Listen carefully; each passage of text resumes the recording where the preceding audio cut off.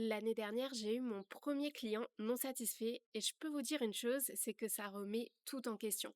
Pas seulement vos compétences, pas seulement votre légitimité, ni même votre confiance en vous, mais aussi votre manière de vous positionner. Pour vous donner un petit peu de contexte, cette cliente, elle attendait une formation et un accompagnement un petit peu plus classique sur les réseaux sociaux. Des méthodes, des stratégies peut-être à copier-coller, ce que j'appelle un peu du prêt à appliquer. Sauf que moi, c'est absolument pas ce que je fais. Ma mission, c'est d'aider les coachs et thérapeutes qui veulent incarner leur message pour avoir plus d'impact, à créer une communication qui part d'eux-mêmes, de leur histoire, de leur singularité et de ce qui les rend profondément différents. Et lorsqu'elle est venue me voir pour optimiser son compte Instagram, je me suis dit, je peux le faire, c'est dans mes compétences, c'est mes compétences. Par contre, je n'avais pas du tout validé avant qu'elle était en phase avec mon approche. Et c'est exactement là que j'ai fait la plus grosse erreur. Elle ne voulait pas se dévoiler, aller dans son histoire, elle voulait simplement rester sur son expertise uniquement. Et en soi, c'est pas un problème, mais ce n'est pas mon approche et donc je n'étais certainement pas la bonne personne pour l'accompagner. Au final, j'aurais pu l'accompagner, de cette manière-là, mais ça aurait été sortir de ma zone de génie et même quand on est capable, c'est se trahir un peu. Résultat, elle n'est pas allée au bout de l'accompagnement, elle était déçue et moi aussi. Et c'est là que j'ai compris quelque chose de fondamental, c'est que quand vous essayez d'aider tout le monde, vous attirez des personnes qui ne sont pas vraiment faites pour vous et inversement.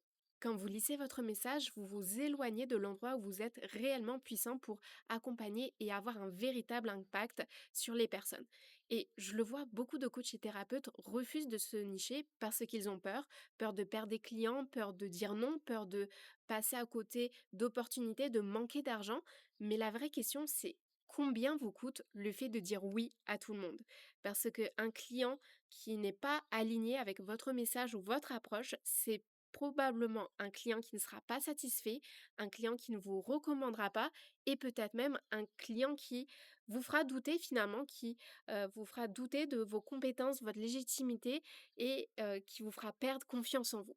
Et ça, c'est un coût qui est bien plus grand que ce que vous pouvez imaginer. Parce que finalement, un client satisfait, c'est votre meilleur levier de croissance, mais un client non satisfait, ça peut aussi devenir votre pire publicité. Tout ça pour vous dire que le plus important, c'est la clarté de votre message et votre positionnement. Le jour où moi j'ai décidé d'assumer pleinement mon approche, tout a changé. J'ai arrêté de vouloir plaire à tout le monde, j'ai arrêté de me suradapter et j'ai même commencé à refuser des clients. Alors oui, parfois ça a été une perte de chiffre d'affaires, mais c'est là que j'ai vraiment commencé à incarner mon message, à incarner une communication qui me ressemblait, qui ressemblait à ce que je voulais transmettre, plus vraie, plus profonde, plus alignée. Et c'est exactement là que la magie s'est passée, où j'ai pu attirer réellement des personnes qui venaient pour transmettre leur message, qui voulaient incarner quelque chose de beaucoup plus puissant que simplement attirer des clients. Et c'est là, en fait, que j'ai pu attirer véritablement mes clients de cœur. Donc, ce qui est important de retenir, c'est que vos clients de cœur ne vous choisissent pas seulement pour vos compétences, ils vous choisissent parce qu'ils se reconnaissent en vous et adhèrent à votre mission, à votre vision, pardon, et à votre approche. Et ça, vous ne pouvez pas le créer si vous cachez qui vous êtes. Peut-être que vous vous reconnaissez là-dedans, peut-être que vous aussi aujourd'hui, vous adaptez votre message, vous le rendez plus accé- acceptable, plus général, plus lisse finalement et plus sécurisant.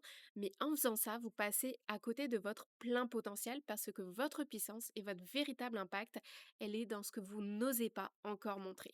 Et c'est exactement pour ça que j'ai créé un atelier gratuit ce mercredi 8 avril pour vous aider à comprendre pourquoi votre message ne crée pas autant d'impact que vous le souhaitez, pourquoi vous n'attirez pas des personnes que vous souhaitez accompagner et surtout comment vous pouvez faire pour créer une communication qui devienne vraiment magnétique, une communication finalement qui ne cherche plus à convaincre, mais qui fait que les bonnes personnes se sentent directement concernées et touchées et vous choisissent.